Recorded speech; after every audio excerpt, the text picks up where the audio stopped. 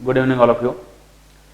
पिछले क्लास में जो है हम लोग इलेक्ट्रिक फील्ड जो है, electric field due to spherical body find कर रहे थे। एंड इन स्फेरिकल बॉडी हम लोग जो केस सॉल्व किए थे उसमें हॉलो स्फेयर का केस था।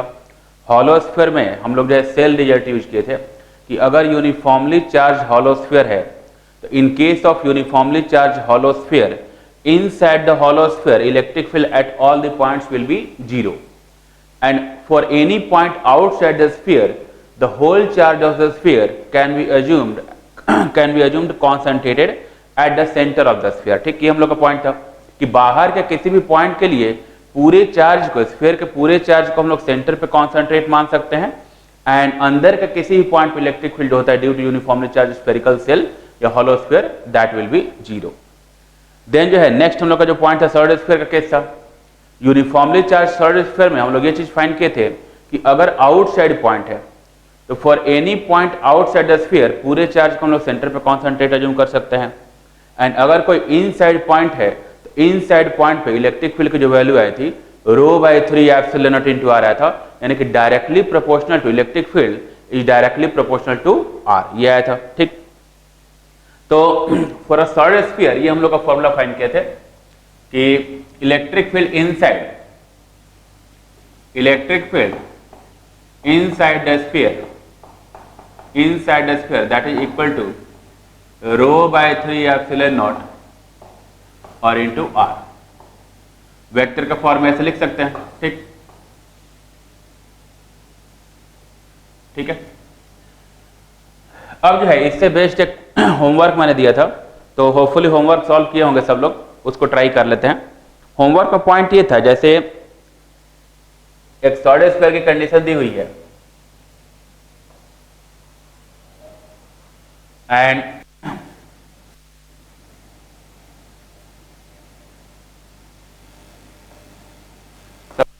रेडियस जो है ये रेडियस गिवन है। ठीक, एंड इस स्फीयर के अंदर जो है बोला है कि एक दूसरा स्फीयर कट कर लिया गया, एक दूसरा स्फेरिकल सेक्शन कट किया हुआ है, एंड ये जो स्फीयर है इसका रेडियस r2 हो गया। ठीक, ठीक है।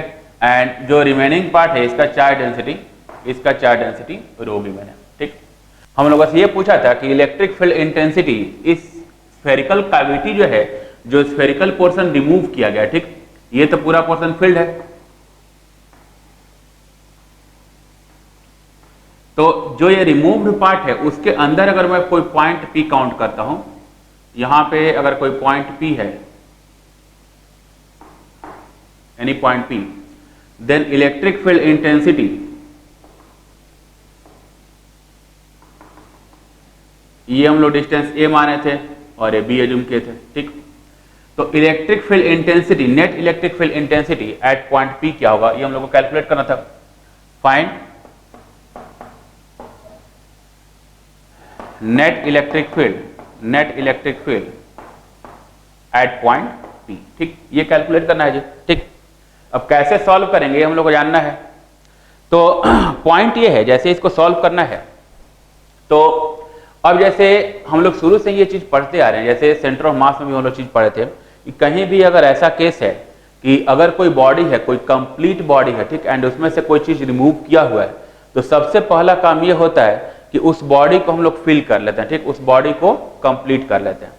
तो कंप्लीट करने के लिए क्या होगा कि यहां पे अगर इस बॉडी को कंप्लीट करना है तो पहले इसको कंप्लीट करेंगे तो दैट इज इक्वल टू या इक्विवेलेंट टू एक कंप्लीट स्क्वायर से ड्रॉ कर लिया। ठीक, एंड प्लस एक दूसरा स्क्वायर ये ड्रॉ कर लिया, जो पोर्शन रिमूव किया हुआ है उसको ड्रॉ कर लिया। ठीक, अब ये जो पॉइंट P है, पॉइंट P का इसके सेंटर से डिस्टेंस b दे रखा है, तो फ्रॉम द सेंटर इसका डिस्टेंस हम लोग का b है। ठीक, ये हो गया पॉइंट P, एंड जो दूसरा स्फीयर है उसके a डिस्टेंस पे है, तो दूसरा स्फीयर ये हुआ, इस स्फीयर से a डिस्टेंस पे है point P।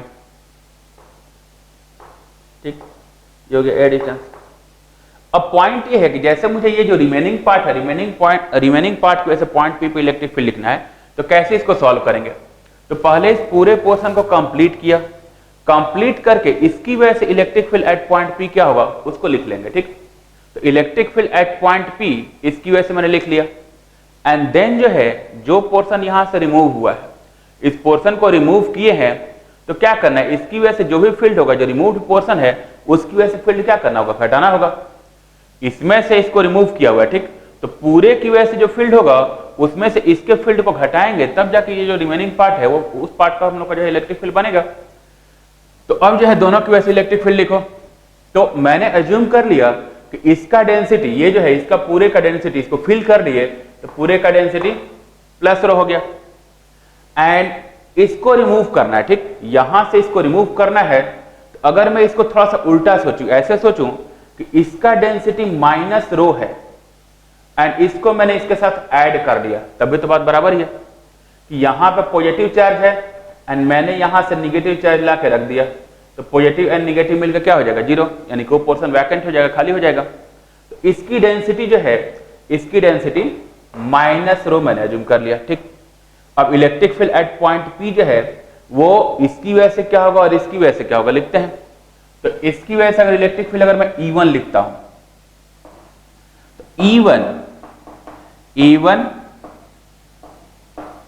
Eight point P is equal to rho by 3 epsilon naught, rho by 3 epsilon naught और इंटू ये हो गया B वेक्टर, B वेक्टर लिखेंगे ना जी, ठीक। फिर इसकी वजह से इलेक्ट्रिक फील्ड लिखना है, तो सेंटर से इसका जो डिस्टेंस है, सेंटर से इसका डिस्टेंस a दे रखा है, तो इलेक्ट्रिक फील्ड E2 इसकी वजह से अगर फाइंड करते हैं E2 that is equal to minus rho by 3 epsilon naught और इंटू ए वेक्टर, ये हो गया ए वेक्टर। तो इसकी डेंसिटी निगेटिव माने हैं, तो minus rho by 3 epsilon naught और इंटू ए वेक्टर, ठीक है, ठीक है। तो ये हुआ जी। अब जो है, अब हम लोग को करना क्या है, हम लोग को इलेक्ट्रिक फील्ड इसकी वजह से चाहिए, तो इसके इलेक्ट्रिक फील्ड में अगर इसका इलेक्ट्रिक फील्ड में ऐड कर दूं, इसके पॉजिटिव इलेक्ट्रिक फील्ड में अगर मैं इसके निगेटिव इलेक्ट्रिक फील्ड को ऐड कर दूं, तो नेट इसकी वजह से इलेक्ट्रिक फील्ड आएगा ना जी। तो नेट इलेक्ट्रिक फील्ड हम लोग फाइंड करते हैं, तो net electric field E net at point P is equal to E1 and plus E2, E1 plus E2 and that is equal to rho by 3 epsilon naught, rho by 3 epsilon naught और into B vector and उसको करेंगे तो minus rho by 3 epsilon naught और into ए vector, ठीक। तो rho by 3 epsilon naught into B और minus rho by 3 epsilon naught into A, ये हुआ, ठीक। अब जो है रो बाय 3 एप्सिलॉन नॉट तो दोनों में से कॉमन हो जाएगा, तो that is equal to rho by 3 epsilon naught और ये हो जाएगा b minus a, b minus a, ठीक। b माइनस ए है। अब b माइनस ए वेक्टर क्या है ये हम लोग को देखना है। अब यहां पे फिर से हम लोग ओरिजिनल जो डायग्राम है उस पे आते हैं। यहां से जो है इसको हम लोग b वेक्टर माने हैं, तो सेंटर से यहां को जाने वाला ये हो गया b वेक्टर एंड ये हो गया a वेक्टर, ठीक। एक वेक्टर और अज्यूम कर लिया, तो यहां से दोनों के सेंटर्स को ज्वाइन करने वाला ये डिस्टेंस हम लोग l माने थे, इसको मैंने l वेक्टर मान लिया, ठीक। तो अगर इसको मैं l वेक्टर मानूं तो अब यहाँ पे ट्रायंगल लॉ, अगर हम लोग triangle of vector addition apply करें तो ये बोल सकते हैं कि l vector plus a vector that is equal to b vector, l plus a equal to b, यानी कौन ये बोल सकते हैं कि b minus a is equal to l, तो b minus a equal to l ये आएगा, तो that is equal to rho by 3 epsilon naught, rho by 3 epsilon naught और इंटू b माइनस ए करेंगे तो b माइनस ए क्या है, l vector, b minus A is l, ठीक। कोई कंफ्यूजन इसमें किसी को, ठीक है। तो अब ये देख सकते हैं कि नेट इलेक्ट्रिक फील्ड मैंने जो पॉइंट P पे फाइंड किया, इसमें क्या क्या चीजें आ रही हैं जी, रो कांस्टेंट है, 3 एप्सिलॉन नॉट कांस्टेंट है, एल वेक्टर की अगर बात करें तो एल वेक्टर भी कांस्टेंट ही है। एल वेक्टर क्या है, दोनों के सेंटर्स को ज्वाइन करने वाला वेक्टर, ठीक। तो सेंटर्स को ज्वाइन करने वाला वेक्टर जो है एल वेक्टर, यानी कि हम बोल सकते हैं कि अगर कहीं भी ऐसा अगर केस है तो जो पॉइंट P की अगर बात करें, पॉइंट P जो है, पॉइंट P यहां पे रहे या यहां पे रहे, ए बी की कुछ भी वैल्यू हो, इसमें तो ए और बी आ नहीं रहा है, यानी कि ये जो एक्सप्रेशन है ए और बी से इंडिपेंडेंट है। एंड अगर ये एक्सप्रेशन ए और बी से इंडिपेंडेंट है, यानी कि इलेक्ट्रिक फील्ड पॉइंट P पे अगर मैं इलेक्ट्रिक फील्ड की बात करूं तो ये जो है इलेक्ट्रिक फील्ड ए और बी से इंडिपेंडेंट होगा, यानी कि इलेक्ट्रिक फील्ड यहां पर है, यहां पर है, यहां पर है, किसी कोई भी अगर पॉइंट P रहे इसके अंदर तो फील्ड की वैल्यू सेम रहेगी, क्योंकि ये कांस्टेंट फील्ड आ रहा है, ठीक। तो ये हम लोग बोल सकते हैं कि दैट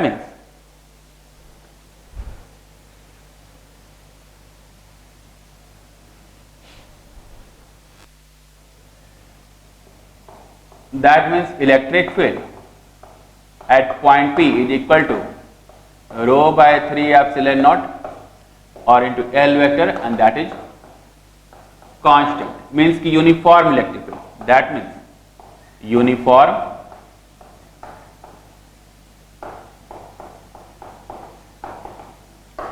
इलेक्ट्रिक फील्ड, ठीक। तो ये यूनिफॉर्म इलेक्ट्रिक फील्ड होगा, यानी कि अगर मैं यहां पे अगर इलेक्ट्रिक फील्ड रिप्रेजेंट करूं इसमें इसके अंदर अगर मैं इलेक्ट्रिक फील्ड रिप्रेजेंट करूं तो इस इलेक्ट्रिक फील्ड को जो डायरेक्शन है वो एल वेक्टर के डायरेक्शन में होगी। एल वेक्टर तो हम लोग कैसे है, यानी कि इसके अंदर अगर कहीं भी इलेक्ट्रिक फील्ड ड्रॉ करेंगे तो वो इलेक्ट्रिक फील्ड ऐसे ही आएगा, इस टाइप से हम लोग इलेक्ट्रिक फील्ड ऐसे मार्क कर सकते हैं, ठीक। तो यूनिफॉर्म इलेक्ट्रिक फील्ड होगा, हर एक पॉइंट पे सेम इलेक्ट्रिक फील्ड रहेगा। कोई कंफ्यूजन इसमें, किसी को कोई परेशानी? अगर कोई डाउट होगा किसी को तो बोलेगा जी।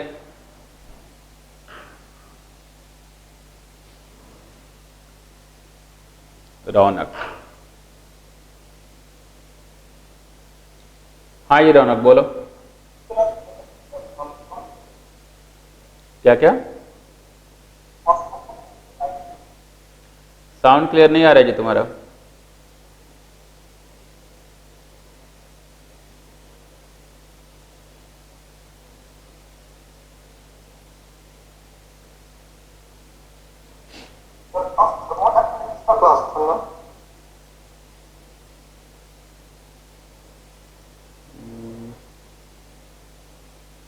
क्या बोल रहे हो जी?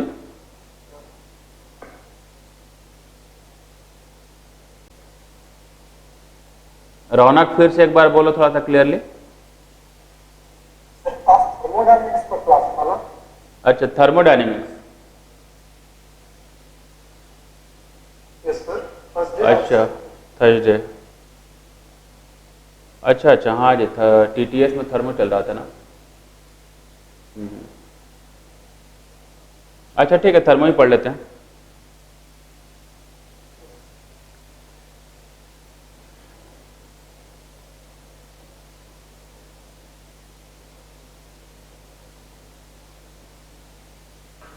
ठीक है, तो ये होमवर्क जो मैंने अभी बताया ये तो समझ में आ गया, तो होमवर्क ट्राई किए होंगे सब लोग, ठीक है।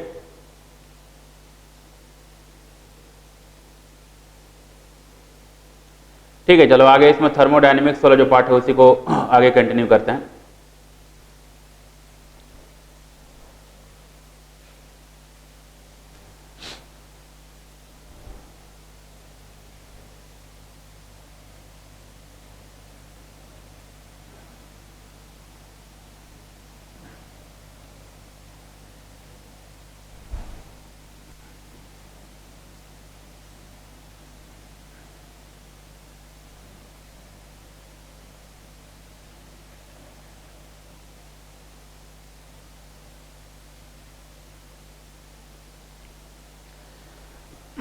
ठीक है, थर्मोडायनेमिक्स हम लोग जो है जो लास्ट पॉइंट डिस्कस किए थे उसमें हम लोग का ये था कि अगर ग्राफिकल अप्रोच देखा जाए, work done by a gas find करना है, एंड ग्राफिकल अप्रोच देखा जाए तो area under the curve, area under the curve से जो है हम लोग वर्क डन फाइंड कर सकते हैं पीवी डायग्राम में। एंड फिर हम लोग लास्ट पॉइंट ये भी पढ़े थे कि जैसे अगर कोई साइक्लिक प्रोसेस है तो in case of a cyclic process जो साइकिल के अंदर जो भी एरिया इंक्लोज्ड है वो एरिया जो है वर्क डन प्रोवाइड करता है, ठीक। अगर साइक्लिक प्रोसेस क्लॉकवाइज है तो वर्क डन पॉजिटिव होगा, एंड अगर साइक्लिक प्रोसेस एंटी क्लॉकवाइज है तो वर्क डन निगेटिव होगा। फिर हम लोग आए थे फर्स्ट लॉ ऑफ थर्मोडायनेमिक्स पे। फर्स्ट लॉ ऑफ थर्मोडायनेमिक्स में हम लोग ये बोले थे कि अगर कहीं पे कोई सिस्टम है, for any kind of system, अगर किसी सिस्टम को कुछ हीट सप्लाई किया जा रहा है, ठीक,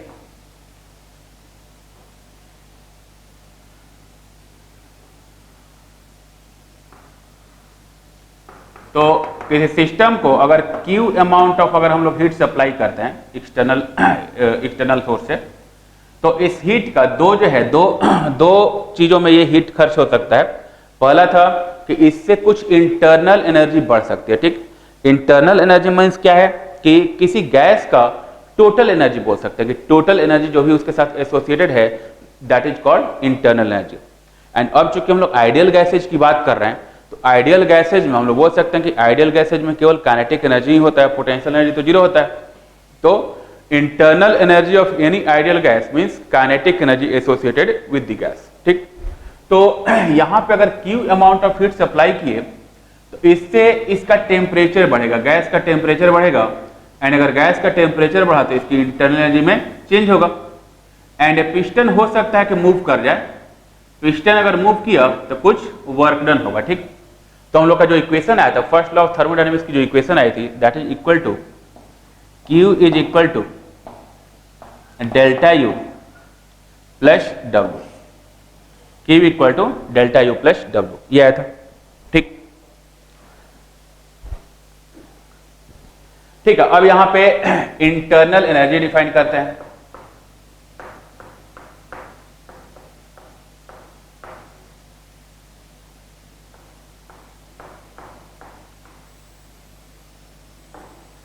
इंटरनल एनर्जी ऑफ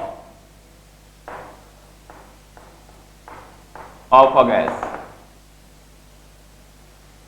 ठीक। Internal energy of a gas, internal energy किसी भी गैस का अगर देखा जाए तो सिंपली हम लोग ये बोल रहे हैं कि it is the total energy associated with the gas, ठीक। किसी भी गैस के साथ जो टोटल एनर्जी एसोसिएटेड होगी, that is the internal energy of the gas.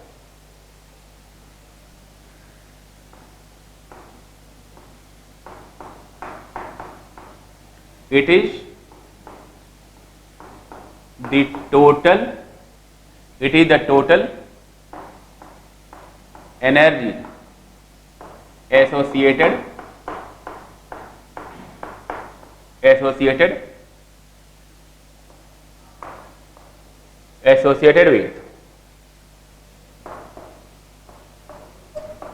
with the gas, ठीक। अब देखो, अब पॉइंट ये है कि जैसे अगर रियल गैस की बात करेगा, ठीक, तो रियल गैस में मैंने क्या बोला कि रियल गैस में काइनेटिक एनर्जी भी होता है और पोटेंशियल एनर्जी भी होता है, ठीक। रियल गैसेज जो है आपस में बाउंडेड होते हैं, एंड अगर कहीं भी कोई सिस्टम अगर बाउंडेड है तो उसके पास पोटेंशियल एनर्जी होगा, ठीक।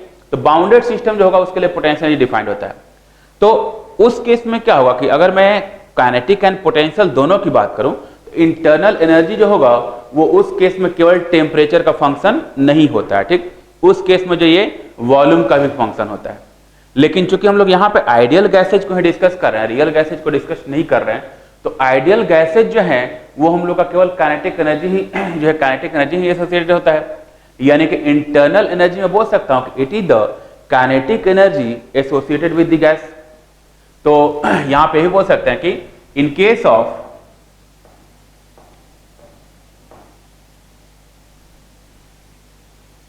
since ideal gases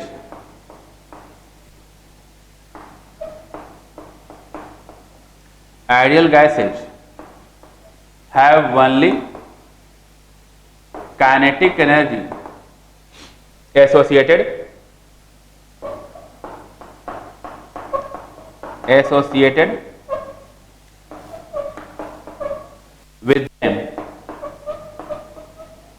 associated with them, this implies in case of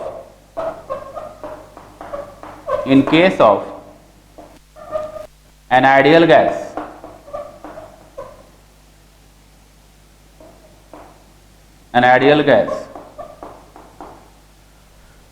in case of an ideal gas, internal energy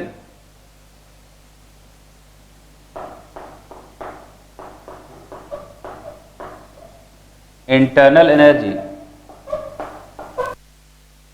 is equal to kinetic energy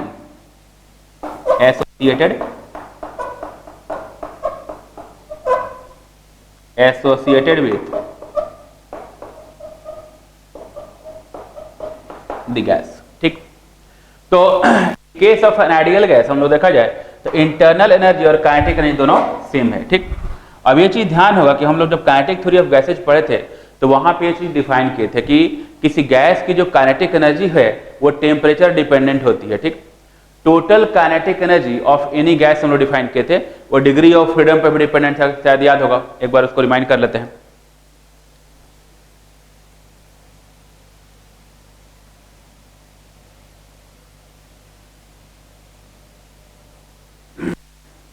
हम लोग का एक्सप्रेशन ये था,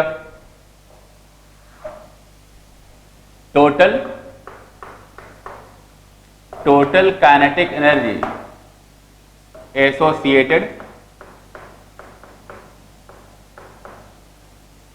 associated with a gas is equal to F/2 nRT। F/2 nRT। ध्यान होगा ये expression हम लोग पहले फाइंड किए हैं, F/2 nRT। किसी को इसमें डाउट है तो हैंड रेज कर सकता है, कोई भी कंफ्यूजन इसमें किसी को? ठीक है,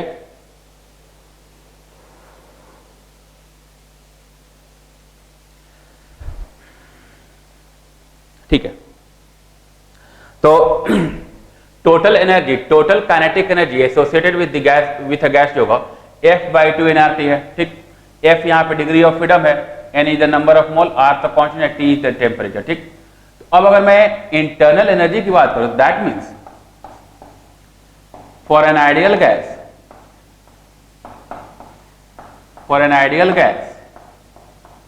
इंटरनल एनर्जी जब हम लोग बात करेंगे तो internal energy U is equal to F/2 nRT, ये बोल सकते हैं जी, and that means U is directly proportional to temperature, बोल सकते हैं।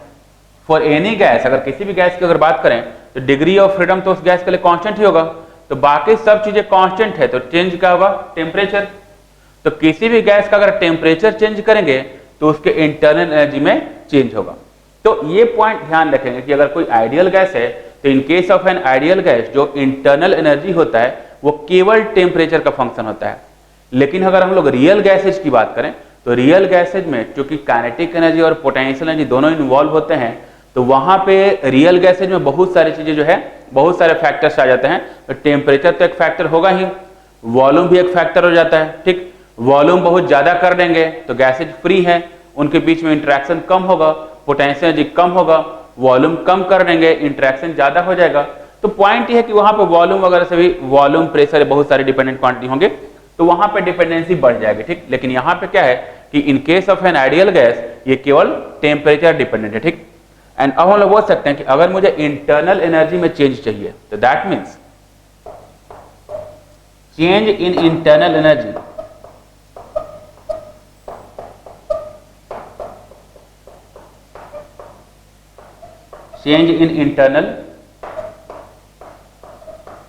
Energy delta U is equal to F/2 nR delta T. Delta U is equal to F/2 nR delta T. Obvious सी बात है कि ये सब बाकी चीजें तो कांस्टेंट रहेगी, टेम्परेचर चेंज होगा तो delta U is equal to F/2 nR delta T, ये आ जाएगा। तो ये हो गया चेंज इन इंटरनल एनर्जी।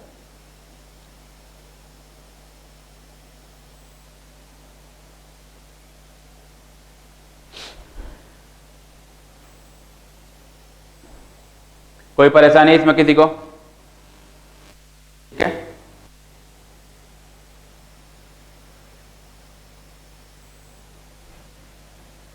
ठीक। अब इंटरनल एनर्जी है क्या ये तो डिफाइन कर लिए। अब इंटरनल एनर्जी जो है इसकी कुछ प्रॉपर्टीज होती हैं, वो भी हम लोग को देखना है। तो इनकी कुछ प्रॉपर्टीज डिफाइन करते हैं। प्रॉपर्टीज में फर्स्ट पॉइंट तो ये है कि इंटरनल एनर्जी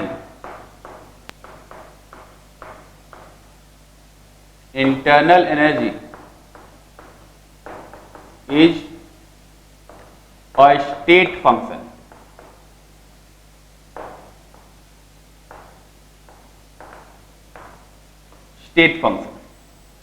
स्टेट फंक्शन जो है उन क्वांटिटीज को बोलते हैं। स्टेट फंक्शन का मतलब ये होता है कि जो केवल initial and final state depend करता है, वो किस रास्ते से किस पाथ से इनिशियल स्टेट से फाइनल स्टेट को जा रहा है उस पर वो डिपेंडेंट नहीं होगा।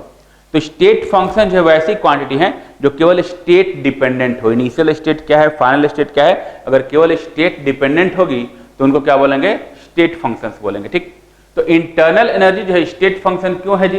कारण ये है कि इंटरनल एनर्जी जो है ये केवल टेम्परेचर पर डिपेंड करता है। ठीक, बाकी सब कुछ तो किसी गैस के लिए फिक्स ही है। किसी गैस का डिग्री ऑफ फ्रीडम सेम रहेगा, एन और आर की वैल्यू सेम रहेगी क्लोज सिस्टम के लिए, आर तो कांस्टेंट ही है। तो टेम्परेचर चेंज करेंगे तो यू की वैल्यू चेंज होगी। तो अगर मैं टेम्परेचर T1 से T2 गया तो T1 से T2 टेम्परेचर जाने में प्रोसेस कौन सा यूज किए इससे तो कुछ फर्क पड़ता नहीं है। जब डेल्टा T लिखेंगे तो यहां पर डायरेक्टली क्या लिखेंगे, T2 माइनस T1। तो T2 माइनस T1 की टर्म आएगी। ठीक, यानी कि इनिशियल स्टेट क्या है और फाइनल स्टेट क्या है उस पर केवल डिपेंड कर रहा है। तो यहां पर हो जाएगा state function, that means it depends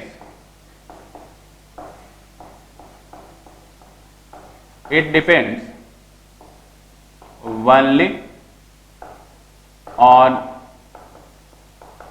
initial and final states of the gas.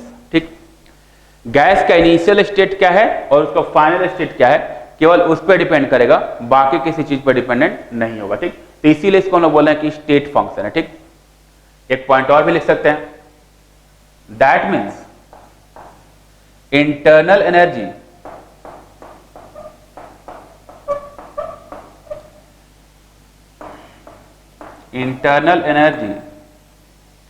is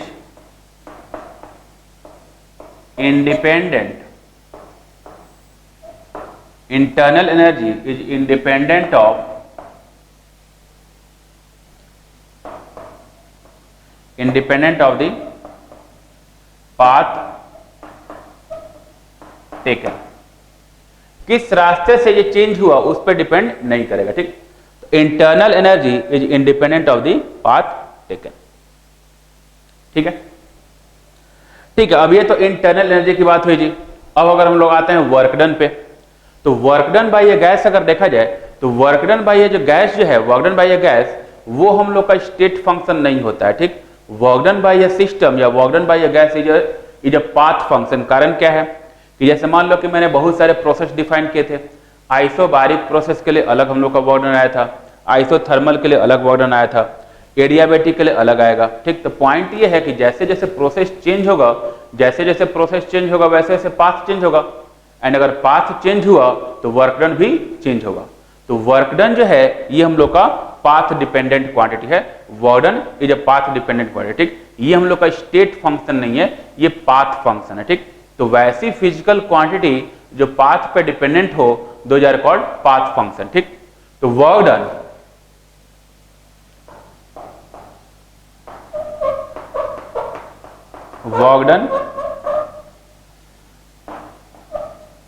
by a system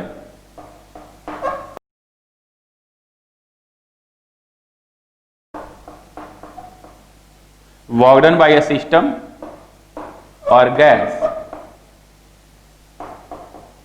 is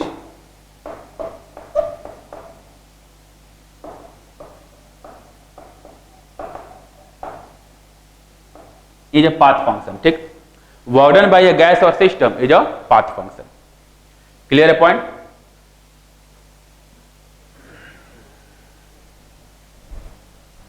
This implies it depends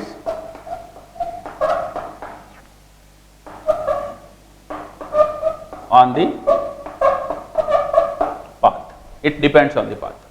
ठीक, अब ये दोनों चीजों को हम लोग क्यों डिफाइन करें अभी समझते हैं कि हम लोग जो है फर्स्ट लॉ ऑफ थर्मोडायनेमिक्स में मेनली क्यू को डिफाइन करना चाह रहे हैं। तो मैंने ये चीज डिफाइन किया कि जो इंटरनल एनर्जी है वो स्टेट फंक्शन है एंड जो वर्क डन है वो पाथ फंक्शन है। अब आते हैं क्यू पे। ठीक, तो अगेन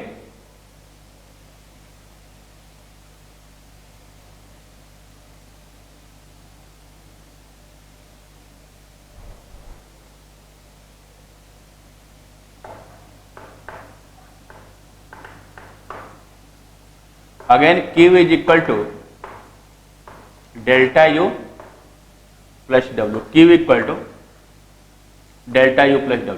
ठीक, ये हम लोग का फर्स्ट लॉ ऑफ थर्मोडायनेमिक्स की इक्वेशन है। ठीक, अब यहां पर हम लोग ये चीज तो डिफाइन की है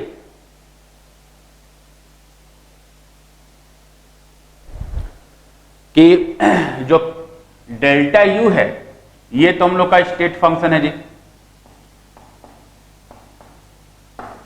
स्टेट फंक्शन। एंड जो W की बात कर रहे हैं, W ये है पाथ फंक्शन। ठीक, तो इंटरनल एनर्जी ये स्टेट फंक्शन हुआ और ये पाथ फंक्शन हुआ। मतलब ये जो है पाथ से इंडिपेंडेंट है और ये पाथ पे डिपेंडेंट है।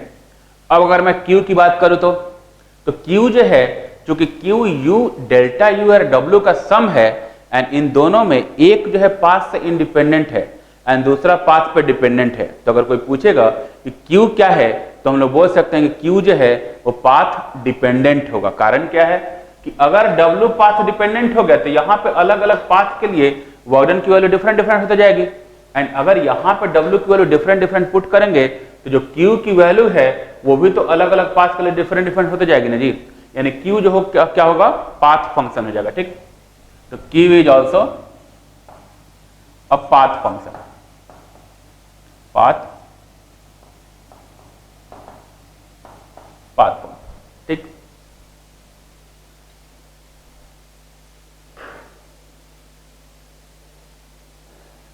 कोई परेशानी किसको इसमें? किसी को परेशानी हुआ तो हैंड रेज करेगा जी।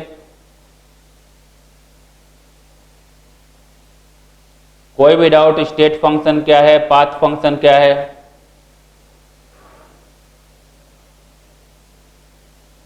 हाँ जी बोलो।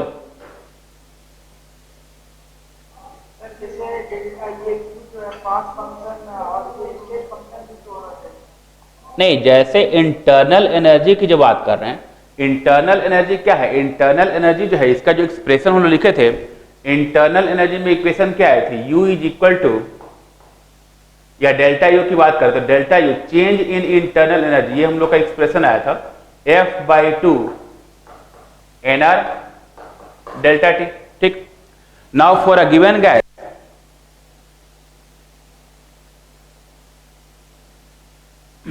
फॉर एनी गिवन गैस, ये F हम लोग का डिग्री ऑफ फ्रीडम होता है तो डिग्री ऑफ फ्रीडम फिक्स रहेगा। जैसे मान लो कि मोनोएटॉमिक है तो मोनोएटॉमिक के लिए डिग्री ऑफ फ्रीडम 3 रखेंगे, डायटॉमिक है तो 5 रखेंगे, पॉलीएटॉमिक है तो इसको 6 रखेंगे। तो डिग्री ऑफ फ्रीडम फिक्स है, क्लोज सिस्टम के लिए नंबर ऑफ मोल फिक्स है, R कांस्टेंट है। तो ये सब पूरी जो क्वांटिटी है ये तो किसी गिवन गैस के लिए कांस्टेंट ही है। तो इंटरनल एनर्जी में चेंज होने के लिए टेम्परेचर में चेंज होना चाहिए, और चेंज इन टेम्परेचर क्या लिखेंगे? T2 minus T1। तो इनिशियल टेम्परेचर T1 है और फाइनल T2 है। तो जो इंटरनल एनर्जी का चेंज है वो केवल T1 और T2 की वैल्यू पर डिपेंड करता है। वो इस पर डिपेंड नहीं करता कि T1 T2 की जो वैल्यू है वो किस रास्ते से जाने पे चेंज हुआ। ठीक, T1 से T2 गए तो किस रास्ते से T2 पे गए उस पर डिपेंड नहीं कर रहा है, सिंपली बस इस पर डिपेंड कर रहा है कि T2 की वैल्यू क्या है, यानी कि फाइनल स्टेट क्या है और इनिशियल स्टेट क्या है। It depends only upon final state and initial state. ठीक, पाथ पे डिपेंड नहीं कर रहा है, इसीलिए इसको क्या बोल रहे हैं? स्टेट फंक्शन बोल रहे हैं। लेकिन जब लोग वर्क डन की बात करते हैं तो वर्क डन तो पाथ पे डिपेंड करता है। वर्क डन जब कैलकुलेट करते हैं तो मान लो कि अगर मैं पीवी डायग्राम की बात करूं तो in case of a PV diagram, जैसे इनिशियल स्टेट किसी गैस का सपोज ये है, ये हो गया P1 V1 T1 and final state ये हो गया P2 V2 T2। ठीक, ये हो गया पॉइंट बी।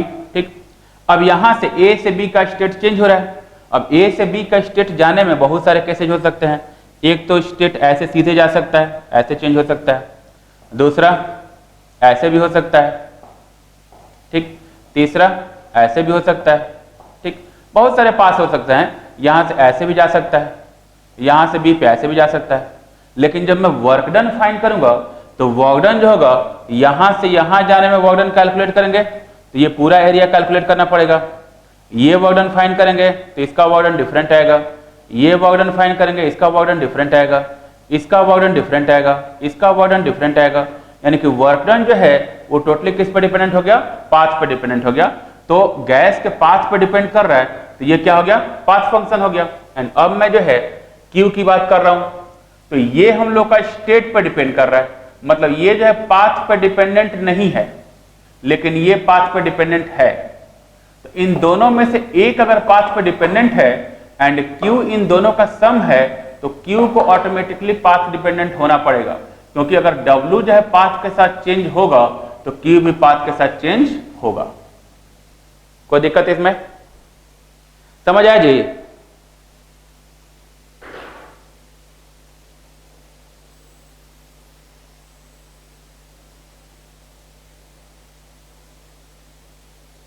किसी को डाउट है तो पूछ लो जी। अभी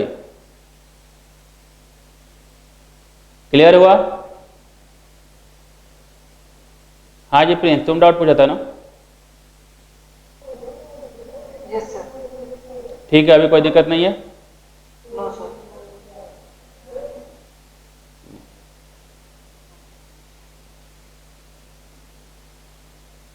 अभी किसी को कोई डाउट? ठीक है, आगे बढ़ते हैं। अब इसके एप्लीकेशन पे आते हैं। ये तो हम लोग इक्वेशन डिफाइन कर दिए, अब इसको यूज कैसे करना है, क्वेश्चंस में कैसे इसका यूज करेंगे, उस पॉइंट पे आते हैं।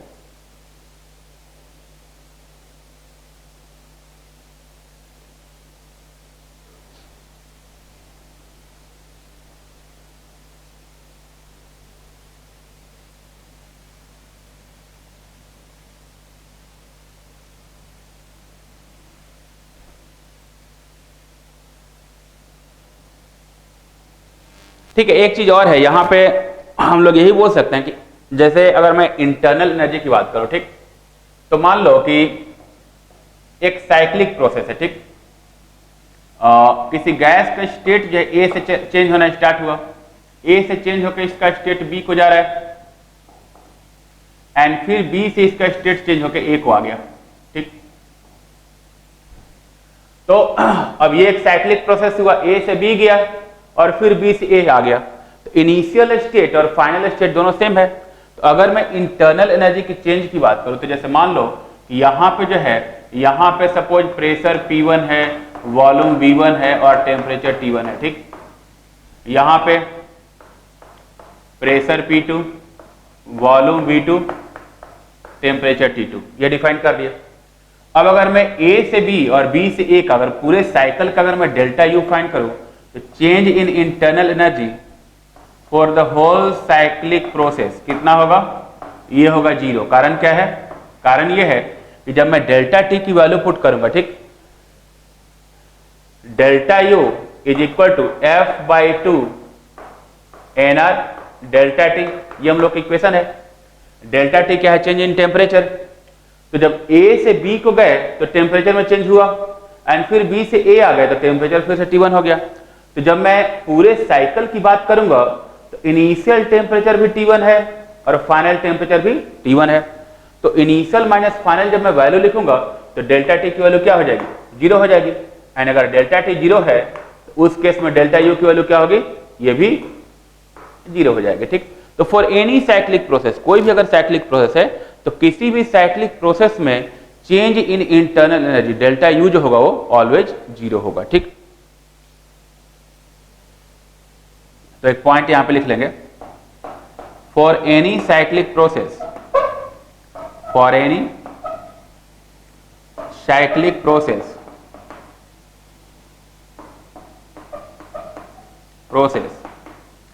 change in internal energy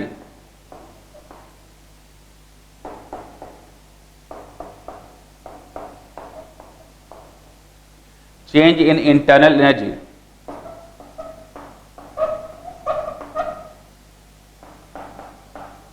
is always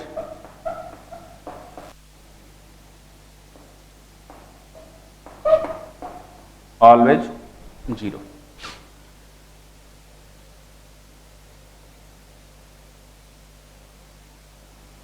तो for any cyclic process change in internal energy is always zero. ठीक, तो ये एक पॉइंट हुआ। ठीक, अब इसमें कुछ और क्वेश्चन करते हैं हम लोग ग्राफ के।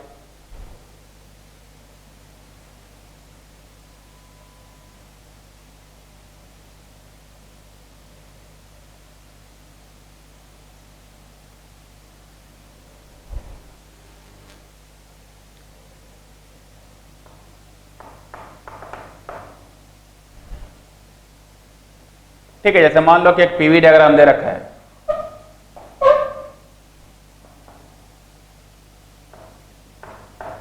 And for this PV diagram information ये गिवन है कि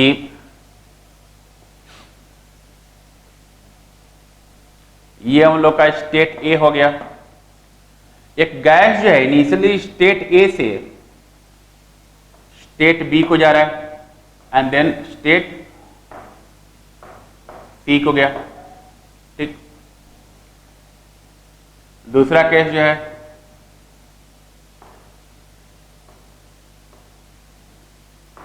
पहले स्टेट डी को जा रहा है एंड देन स्टेट सी को गया, एंड थर्ड केस है यहां से डायरेक्टली ए टू सी गया। ठीक, प्रेशर एंड वॉल्यूम की वैल्यू दे रखा है, यहां पे वॉल्यूम वी नॉट है, ये वॉल्यूम 2V0 है, यहां पे प्रेशर P0 है एंड ये प्रेशर 2P0 है। ठीक, ये किसी गैस का जो है, ये हम लोग का डायग्राम दे रखा है, किसी गैस का पीवी डायग्राम दे रखा है, एंड ये बोल रखा है कि गिवन दैट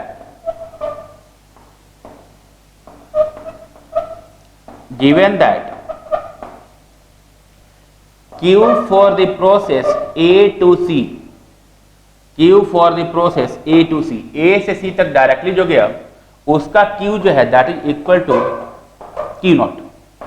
A से C जो गया उस प्रोसेस का जो Q है Q नॉट दे रखा। ठीक, find Q for the process ABC and Q for the process ADC। ADC और एबीसी प्रोसेस का क्यू क्या होगा? अगर इस डायग्राम में ए से सी तक जाने का क्यू अगर गिवन है तो एबीसी में क्यू क्या होगा और एडीसी में क्यू क्या होगा, ये हम लोग को फाइंड करना है जी। एक बार ट्राई करके देखो। हाँ जी अमित बताओ।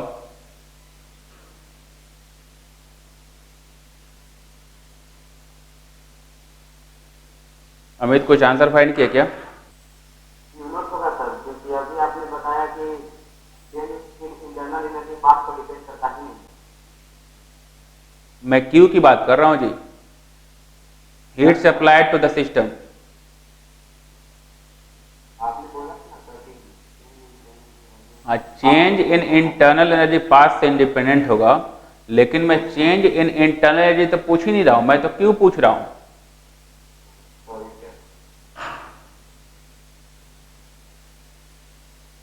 हाँ जी रोहित। सर क्यू ए भी होगा Q naught minus B naught divided by 2 and Q ADC वाले होगा Q naught plus B naught divided by 2। अच्छा सौरभ क्या होगा बताओ? सर क्यू एबीसी होगा Q naught minus half B naught B naught और क्यू एडीसी होगा Q naught plus half B naught. ठीक है। रौनक तुम्हारा भी सेम आंसर आ रहा है? No sir. क्या आ रहा है बताओ?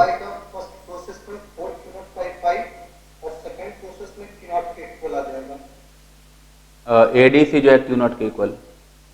Yes sir. अच्छा, और किसी का कोई आंसर?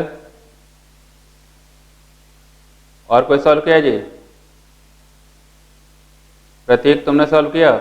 वंश कुछ आंसर आया जी तुम्हारा? ऋचा तुम्हारा कोई आंसर? निशांत? हाँ निशांत क्या आ रहा है? u0/2 दोनों में।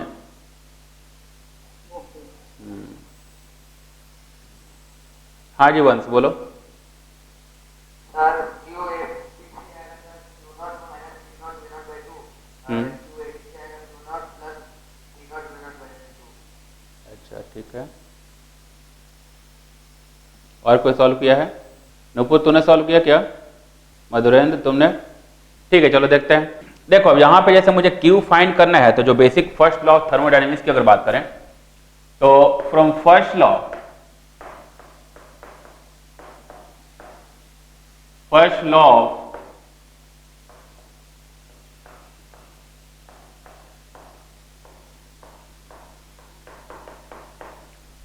Of thermodynamics,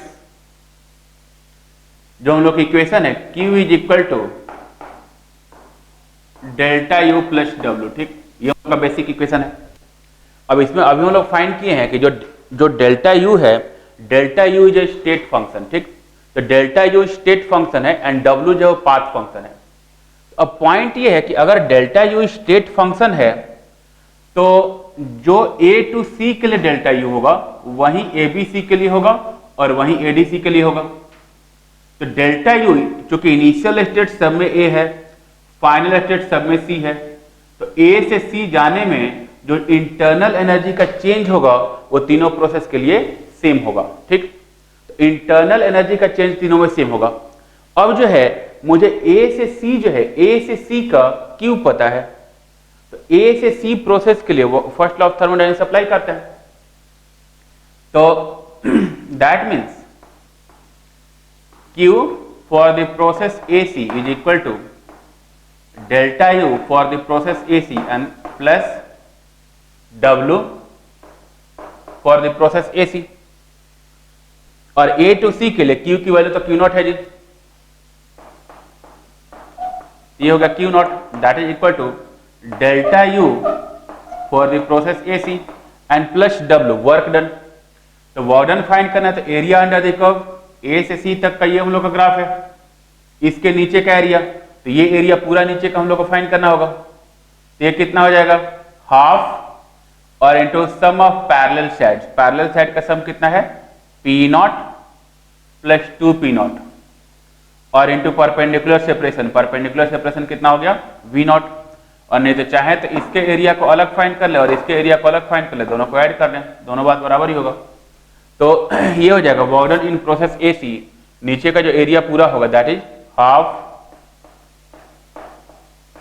into P0 plus 2P0, P0 plus 2P0 and into separation, separation is V0।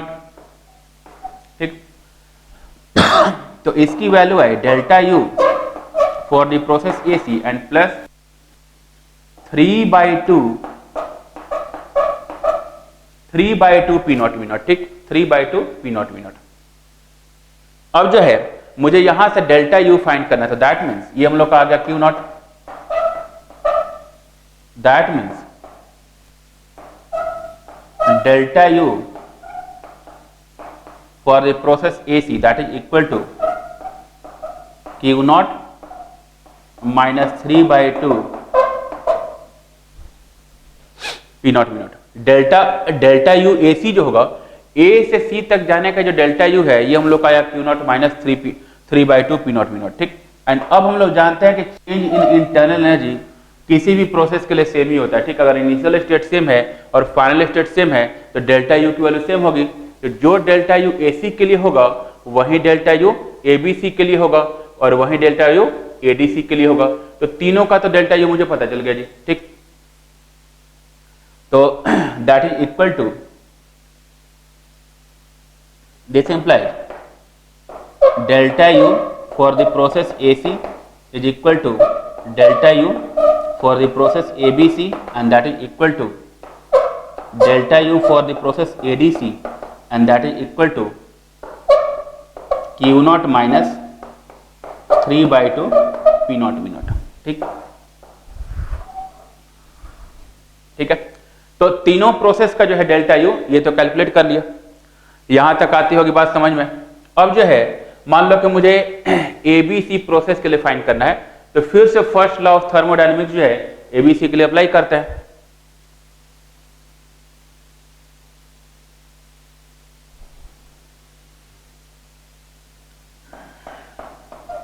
Now Q for the process ABC is equal to delta U for the process ABC and plus W for the process ABC। ठीक, and delta U for the process ABC अभी find किए हैं, Q naught minus 3/2 P naught V naught, that is equal to Q naught minus 3/2 P naught V naught and plus W ABC।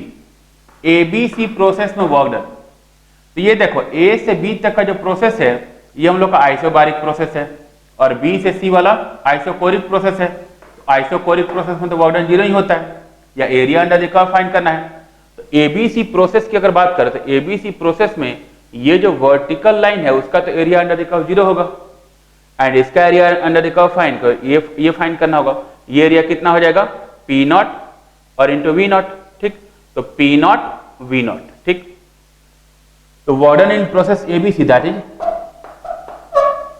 P naught V naught. ठीक, अब find करते हैं, तो ये हुआ Q naught minus 3/2 P naught V naught and plus P naught V naught. ठीक, तो इसमें से P नॉट वी नॉट एक घटेगा, तो that means Q for the process ABC is equal to Q naught minus half P naught V naught. ठीक, ABC process में जो Q की वैल्यू आएगी ये आएगी Q naught minus half P naught V naught. ठीक, ऐसे ही सेम चीज हम लोग एडीसी के लिए अप्लाई कर सकते हैं।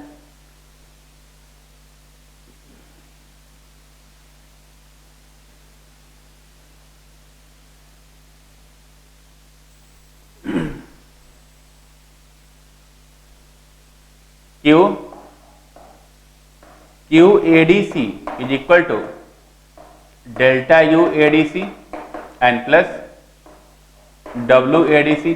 ठीक, Q ADC delta U ADC यहां फाइंड किया है, डेल्टा U ADC तो सेम ही है, तो हो जाएगा Q naught minus 3/2 P naught V naught and plus W ADC। ADC process हम लोग का ये है जी। ठीक, अब इस प्रोसेस के लिए मुझे वर्क डन फाइंड करना है, तो A से D जो है ये आइसोकोरिक प्रोसेस है, कांस्टेंट वॉल्यूम का प्रोसेस है। इस प्रोसेस में वर्क डन 0, एंड ये जो है आइसोबारिक प्रोसेस है। ठीक, इसका वर्क डन फाइंड करेंगे तो P डेल्टा V, P कितना है 2 P naught and delta V कितना है V नॉट, तो 2 P naught into V not, ये हम लोग का जो गैप है V नॉट होगा। या एरिया अंडर द कर्व, यहां से नीचे का जो एरिया होगा दैट इज 2 P नॉट और इंटू V नॉट। तो work in process ADC that is 2 P naught V not ये होगा। ठीक, minus 3/2 P naught V naught and plus 2 P naught V not, ये आ जाएगा Q not and plus 1/2 P naught V not, ये आ गया Q ADC। ठीक, कोई कंफ्यूजन इसमें? किसी को कोई कंफ्यूजन हैंड रेज करेगा?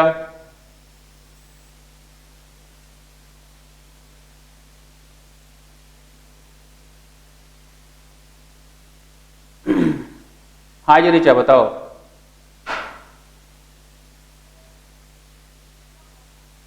क्या क्या? अरे कुछ सुनाई नहीं पड़ा, तेज बोलो।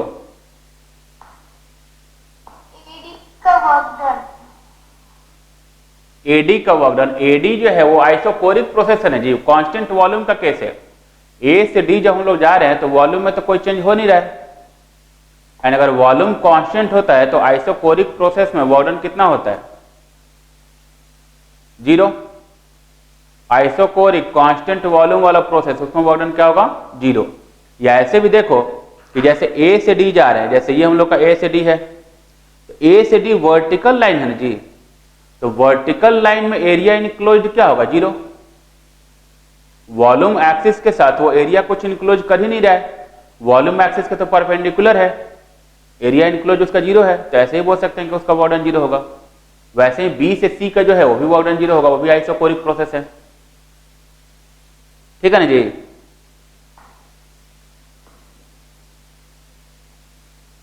और कोई डाउट किसी को?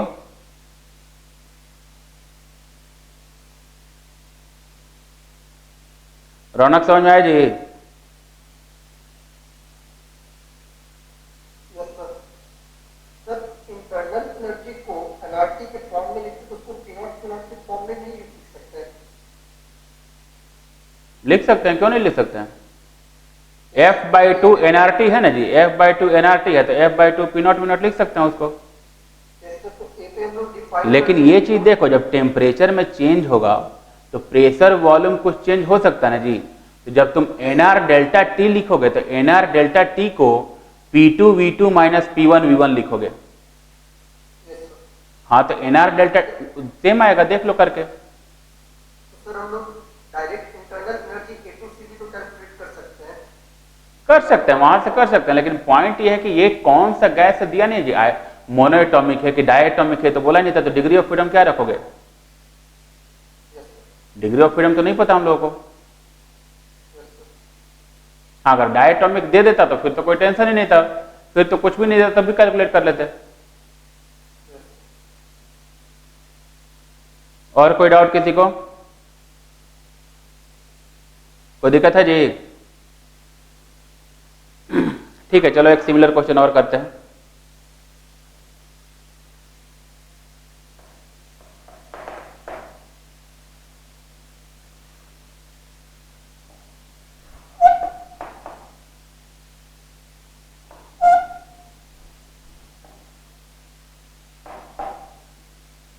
ठीक, अगेन जैसे मान लो कि एक पीवी डायग्राम गिवन है किसी गैस का, and initial state of the gas, initial state of the gas ये हम लोगों ने पॉइंट ए डिफाइन कर दिया।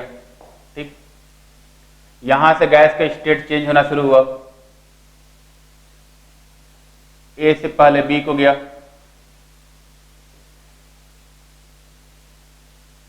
एंड फ्रॉम बी टू सी। ठीक है, दूसरा पाथ ये डिफाइन किए,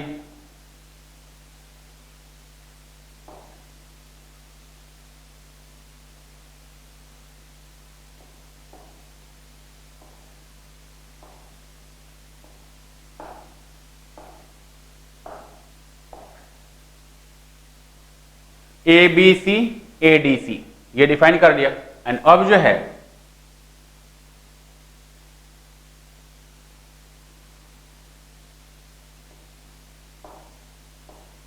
तीसरा पाथ ये डिफाइन कर दिया। ठीक, एंड कुछ इंफॉर्मेशन है, जैसे प्रेशर के बारे में इंफॉर्मेशन है, ये प्रेशर हम लोग का P0 है, एंड यहां का प्रेशर 2P0 है।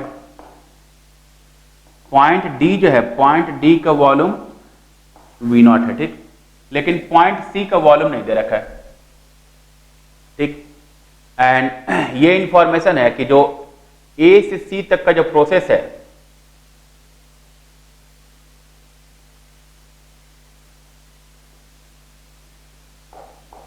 This is isothermal process. ठीक, ए टू सी जो प्रोसेस है दैट इज आइसोथर्मल प्रोसेस। ठीक है, अब जो है यहां पे ये बोला है सिंपली कि find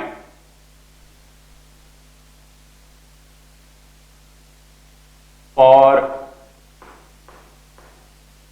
number of mole equal to 1, n equal to 1, find Q in the process ABC, Q in the process ADC and Q in the process AC। ठीक, इन तीनों प्रोसेस में Q की वैल्यू क्या होगी जी? हाँ जी बताओ।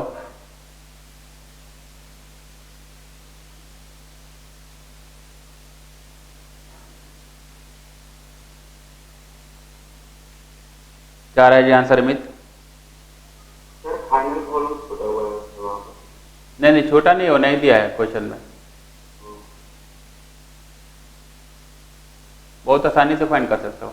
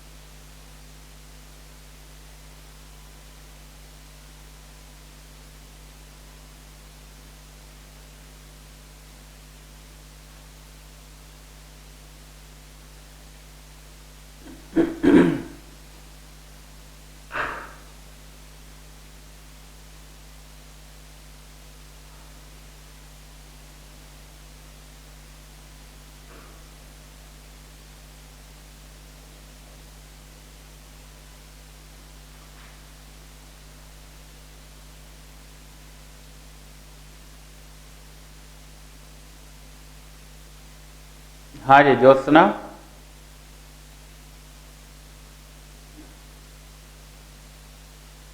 तो सॉल्व हो रहा है जी।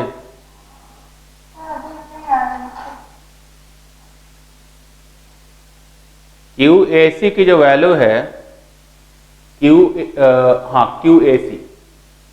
ए सी जो है ये, या एक चीज बताओ, डेल्टा यू ए सी प्रोसेस में क्या होगा? इसका आंसर ज्योत्सना, नूपुर, ऋचा और रंजू, इन 4 लोगों को देना है जी। डेल्टा यू ए सी की वैल्यू क्या होगी? ए से सी में चेंज इन इंटरनल एनर्जी,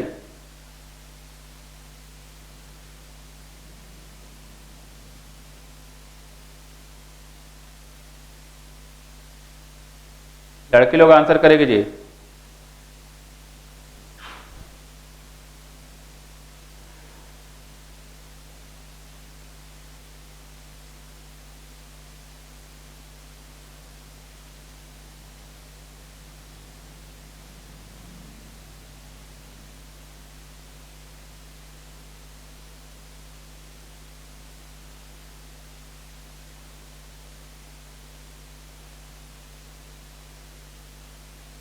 या किसी को समझ में नहीं आ रहा जी? डेल्टा यू में पूछ रहा हूं, डेल्टा यू ए से सी में डेल्टा यू की value, change in internal energy in process A to C.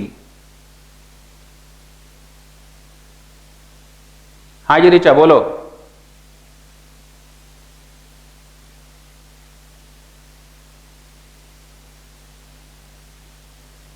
हाँ ना, कुछ बोलो।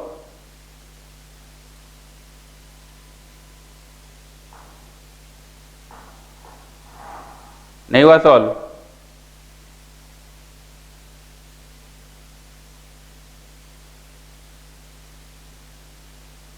Sir zero. जीरो किसका? ऋचा तुम्हारा आंसर है? नहीं सर, नूपुर। अच्छा, ऋचा तुम्हारा क्या आ रहा है? रंजू तुमने सॉल्व किया जी? सर नहीं यार। चलो ठीक है, देखते हैं। बाकी सब लोग सॉल्व कर लिए हैं delta U A to C process में? यस सर, हो गया। ठीक है, ठीक है, चलो सॉल्व करते हैं।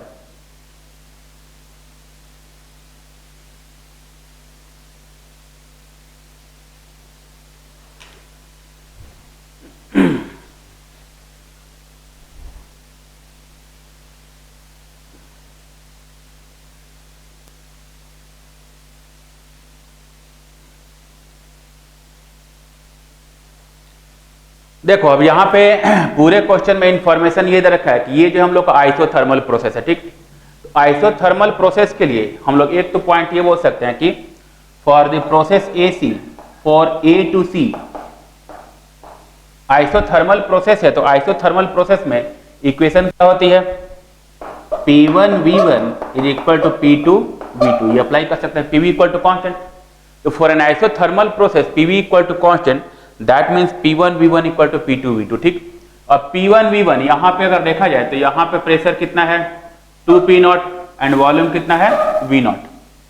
दैट मीन्स 2P0 और into V0 is equal to, यहाँ पे अगर देखा जाए पॉइंट सी के लिए तो पॉइंट सी पे प्रेशर कितना है P0, वॉल्यूम नहीं पता है, ठीक, तो वॉल्यूम एट पॉइंट सी, ठीक, ये हो जाएगा P0 VC, ठीक। अब यहां से सॉल्व करेंगे तो वॉल्यूम एट सी ये कितना आ गया जी 2V0, तो that means VC is equal to 2V0, ठीक। तो इसकी वैल्यू पहले कैलकुलेट कर लिया, तो जो अननोन वॉल्यूम था वो तो आ गया हम लोग का। इसके अलावा एक चीज और है कि अगर ये आइसोथर्मल प्रोसेस है तो आइसोथर्मल प्रोसेस करने का मतलब क्या है कि टेम्परेचर कांस्टेंट होता है जी। आइसोथर्मल प्रोसेस में टेम्परेचर कांस्टेंट होता है, एंड अगर टेम्परेचर कांस्टेंट है तो इंटरनल एनर्जी का चेंज कितना होगा 0। If temperature is constant delta T zero होगा, एंड डेल्टा टी अगर 0 है तो चेंज इन इंटरनल एनर्जी जो हम लोग F/2 NR डेल्टा टी बोल रहे हैं, डेल्टा टी अगर 0 है तो चेंज इन इंटरनल एनर्जी जो होगा वो भी 0 होगा। तो हम लोग बोल सकते हैं कि that means for delta U for the process A to C is equal to 0 as delta T 0, ठीक। एंड अब बताओ कि चूंकि इंटरनल एनर्जी जो है वो स्टेट फंक्शन होता है, ठीक, स्टेट फंक्शन होता है, तो अगर एक प्रोसेस में डेल्टा यू 0 है तो हर एक प्रोसेस में 0 होगा, क्योंकि यहां का टेम्परेचर और यहां का टेम्परेचर तो सेम ही हो गया, ठीक। तो ABC प्रोसेस की बात करें तो उसका भी डेल्टा यू 0 होगा, और ADC प्रोसेस की बात करें तो उसका भी 0 होगा। तो that means delta U for the process ABC that is equal to delta U for the process ADC, and that is equal to delta U for the process AC, and that is 0, ठीक है, ठीक है। तो ये process 0 आ गया, ठीक है। अब जो है डेल्टा यू सबका 0 हो गया, यानी कि जो Q होगा, अगर मैं Q की बात करूं तो that means Q is equal to delta U plus W है, डेल्टा यू तो सबके लिए 0 है, that means Q equal to W. अब देखते हैं तो Q ABC या QAC की बात करें तो ये हो जाएगा WAC, ठीक।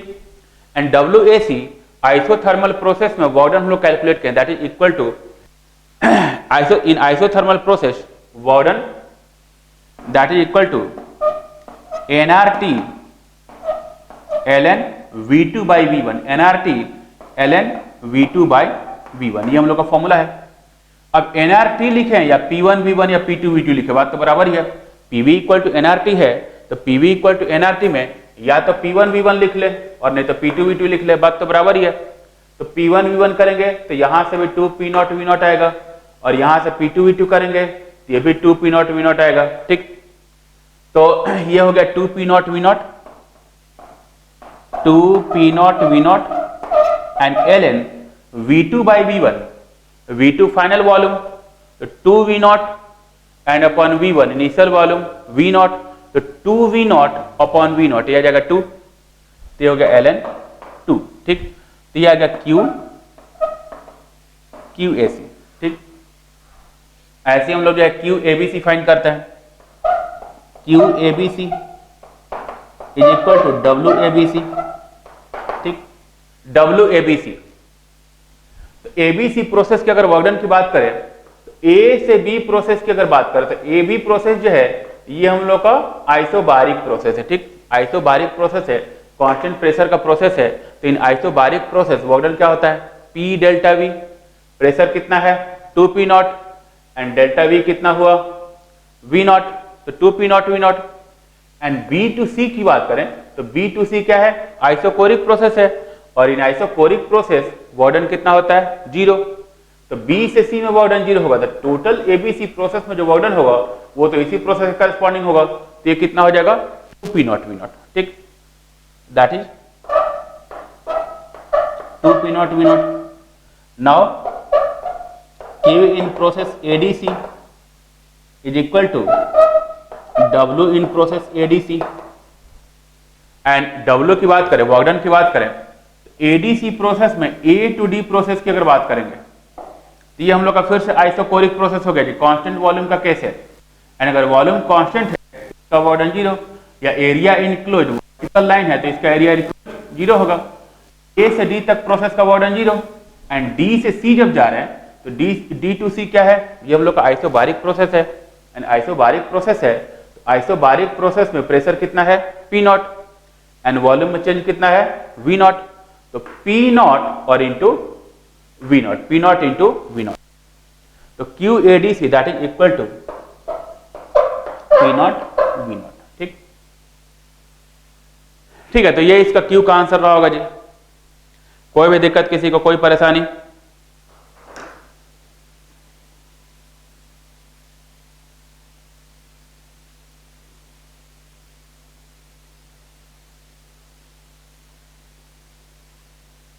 हाँ जी आयो, सभी आ रहा है जी तुम?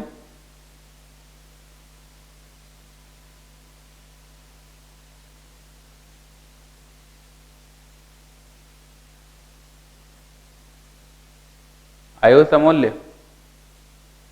हाँ सर, सर वो क्लास में नेट खत्म हो गया तो वाईफाई से कनेक्ट करने के लिए चलेगा। अच्छा अच्छा,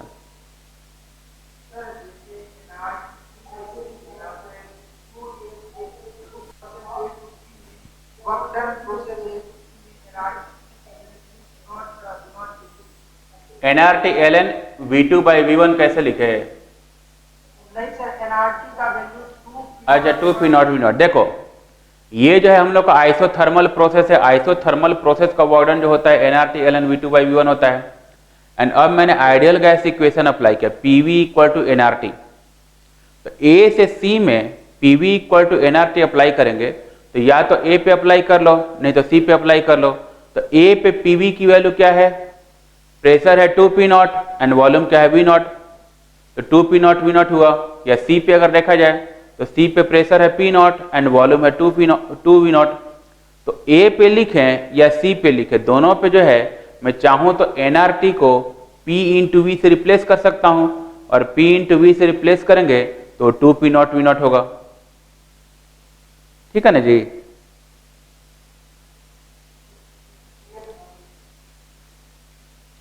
और कोई कंफ्यूजन किसी को? अभी किसी को इस पूरे क्वेश्चन में कहीं कोई परेशानी, कोई डाउट है तो अभी हैंड रेज करो जी।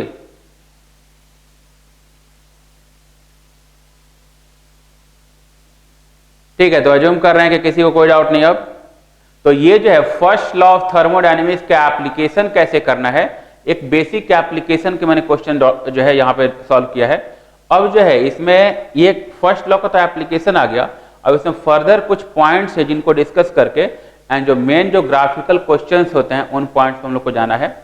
तो ठीक है, आज के क्लास में तो इतना ही करते हैं। अगले क्लास में मोलर हीट कैपेसिटी डिफाइन करेंगे, उसमें फर्स्ट लॉ का एप्लीकेशन आएगा, and then molar heat capacity का इन ग्राफिकल क्वेश्चंस में क्या रोल है उस पॉइंट को देखेंगे।